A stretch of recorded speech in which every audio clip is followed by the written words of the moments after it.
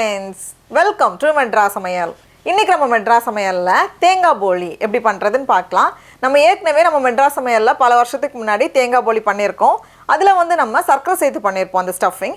இன்னைக்கு நம்ம வந்து வெல்லம் சேர்த்து பண்ண போறோம். வெல்லம் சேர்த்து பண்ணும்போது இன்னுமே நல்ல ஜூஸியா இருக்கும். இது பண்றதுக்கு ஃபர்ஸ்ட் வந்து நம்ம வெளி மாவு தயார் பண்ணனும். அதுக்கு நான் எனக்கு வந்து 1.5 கப் மைதா மாவு எடுத்துர்க்கேன். இதுல வந்து நமக்கு 6 பெரிய சைஸ் தேங்காய் போலி கிடைக்கும். 1.5 கப் மைதா மாவு. இது வந்து கிட்டத்தட்ட 150 கிராம். இது கூடவே 1/4 டீஸ்பூன் அளவுக்கு மஞ்சள் தூள் சேர்த்துக்கோங்க. இது வந்து கலர்க்காக தான். கலர் வேண்டாம்னா நம்ம வந்து இதை ஸ்கிப் பண்ணிக்கலாம்.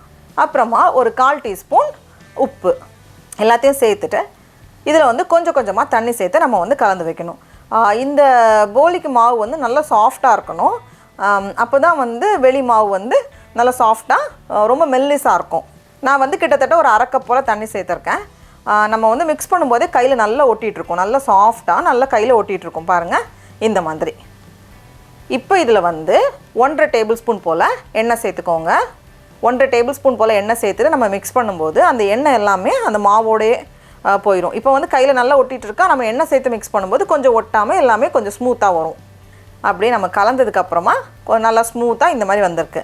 இப்போ இதில் வந்து மீதி இருக்கக்கூடிய எண்ணெய், நான் வந்து மொத்தத்தில் ஒரு 4 டேபிள் ஸ்பூன் எண்ணெய் வச்சுருந்தேன். அதில் 1.5 டேபிள் ஸ்பூன் நம்ம ஃபஸ்ட்டு சேர்த்தோம். இப்போ மீதி இருக்கக்கூடிய 2 டேபிள் ஸ்பூன் எண்ணெயும் உள்ளே சேர்த்துட்டு நம்ம வந்து அந்த எண்ணெயிலே வந்து அதை கொஞ்சம் நேரம் ஊற வைக்கணும். மினிமம் 1 மணி நேரத்துலேருந்து 2 மணி நேரம் போல் ஊற வச்சுக்கோங்க. ஊற தான் நல்லா சாஃப்டாக வரும். இருக்கட்டும். இப்போ வெளி மாவு ஊறிட்டுருக்கிற நேரத்தில் நம்ம உள்ளே வைக்கக்கூடிய அந்த தேங்காய் ஸ்டஃபிங் தயார் பண்ணிடலாம். இதுக்கு வந்து நம்ம தேங்காயும் வெல்லம் மட்டும் சேர்க்குறத விட கொஞ்சம் பாசிப்பருப்பை வேக வச்சு அது கூட சேர்க்கும்போது டேஸ்ட் வந்து இன்னும் வேறு லெவலில் இருக்கும். ஏன்னா தேங்காய் வெல்லம் பாசிப்பருப்பெல்லாம் சேர்ந்து அந்த காம்பினேஷன் வந்து ரொம்ப நல்லாயிருக்கும். நான் இன்றைக்கி வந்து ஒரு 2 டேபிள் ஸ்பூன் பாசிப்பருப்பை 1/2 கப் தண்ணி சேர்த்து குக்கரில் ஒரு விசில் வேக வச்சு எடுத்திருக்கேன். ஸோ இப்போ உள்ளே வைக்கக்கூடிய ஸ்டஃபிங் பண்ணுறதுக்கு ஒரு பேனில் 1 கப் நாட்டு சக்கரை சேர்த்துக்கோங்க. அப்படி இல்லைனா வெல்லத்தையும் வந்து நம்ம சின்ன சின்னதாக துருவி சேர்த்துக்கலாம். இது வந்து 150 கிராம். இது கூடவே கொஞ்சமாக தண்ணி 2 டேபிள் ஸ்பூன் போல் தண்ணி சேர்த்துட்டு இது வந்து கரையட்டும். இப்போ இந்த மாதிரி நல்லா கரைஞ்சி கொதித்து வந்ததும் இதில் 1 கப் துருவின தேங்காய் கூடவே நம்ம ரெடியாக வேக வச்சு வச்சுருக்கக்கூடிய பாசிப்பருப்பு. இது வந்து 2 டேபிள் ஸ்பூன் பாசிப்பருப்பு 1/2 கப் தண்ணியில் ஒரு விசில் நல்லா வேக வச்சு எடுத்துருக்கேன். இந்த மாதிரி நல்லா குலைவாக வெந்து வரணும். அதையும் உள்ளே சேர்த்துட்டு நம்ம வேக வைக்கும்போது ரொம்ப ரொம்ப நல்லாயிருக்கும். வெறும் தேங்காய் வெல்லத்தை விட இந்த காம்பினேஷன் இன்னும் ரொம்ப சூப்பராக இருக்கும். இப்போ பார்த்தோம் அப்படின்னா அந்த தண்ணி எக்ஸஸ் தண்ணியெல்லாம் இல்லாமல் எல்லாமே சேர்ந்து நல்லா வெந்து வந்திருக்கு. ரொம்ப கெட்டியாகிற வேண்டாம். இந்த ஸ்டேஜ் கரெக்டாக இருக்கும். இப்போ இந்த மாதிரி வந்ததும் இதில் வந்து 2 டீஸ்பூன் அளவுக்கு நெய் சேர்த்துக்கோங்க. கூடவே நல்லா ஃப்ரெஷ்ஷாக இடித்த ஏலக்காய் ஃப்ரெஷ்ஷாக இடித்து சேர்க்கும்போது இன்னும் ரொம்ப நல்லா வாசனையாக இருக்கும். எல்லாத்தையும் சேர்த்துட்டு நம்ம கலந்துட்டோம் அப்படின்னா அவ்வளோதான், சூப்பராக ரெடி ஆகிரும். இது ஆறுனதுக்கப்புறமா கொஞ்சம் கெட்டியாகும். அதனால் இந்த ஸ்டேஜ் வந்து போதும் நமக்கு. இதை வந்து நம்ம ஒரு 6ஆக பிரிக்கும் போது கரெக்டாக இருக்கும்.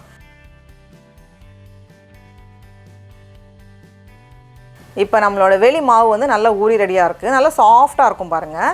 இந்த மாதிரி நல்லா சாஃப்டாக வரும். இந்த மாதிரி இருக்கும்போது தான் நம்ம சொல் பேச்செல்லாம் கேட்கும்.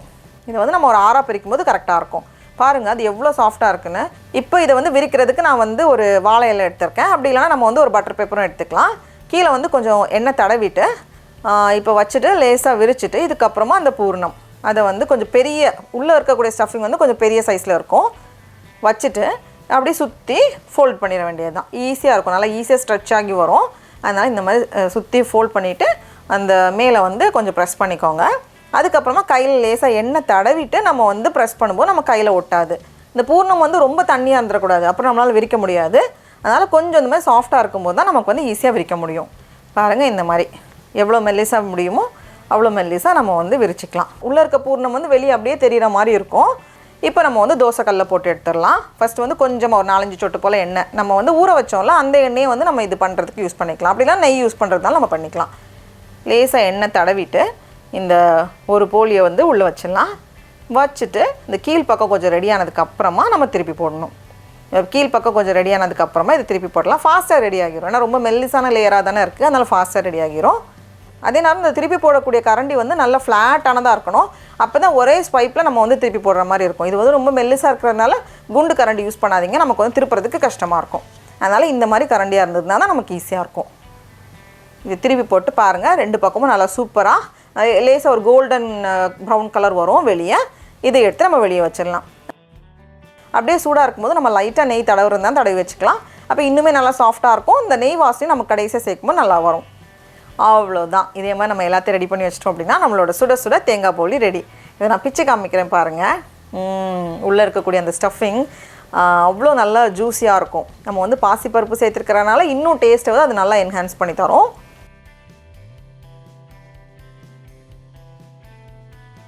டடா, அவ்வளோதான். நம்மளோட தேங்காய் போலி சூப்பராக ரெடியாக இருக்குது. எவ்வளோ சாஃப்டாக இருக்குன்னு பாருங்கள். செம்ம சூடு. அதுலேயும் நம்ம அந்த பாசிப்பருப்பு சேர்த்ததுனால டேஸ்ட் வந்து இன்னுமே ரொம்ப நல்லாயிருக்கும். ஆறெல்லாம் பத்தாது. கண்டிப்பாக உங்களுக்கு அதிகமாக வேணும்னா இதை வந்து அப்படியே டபுள் பண்ணிக்கோங்க. நீங்களும் கண்டிப்பாக இந்த ரெசிபியை வீட்டில் செஞ்சு பாருங்கள். உங்களுக்கு இந்த வீடியோ பிடிச்சிருந்துச்சுன்னா மெட்ராஸ் சமையலுக்கு சப்ஸ்கிரைப் பண்ணுங்கள். நாவின் சுவை அரும்புகள் மாறட்டும்.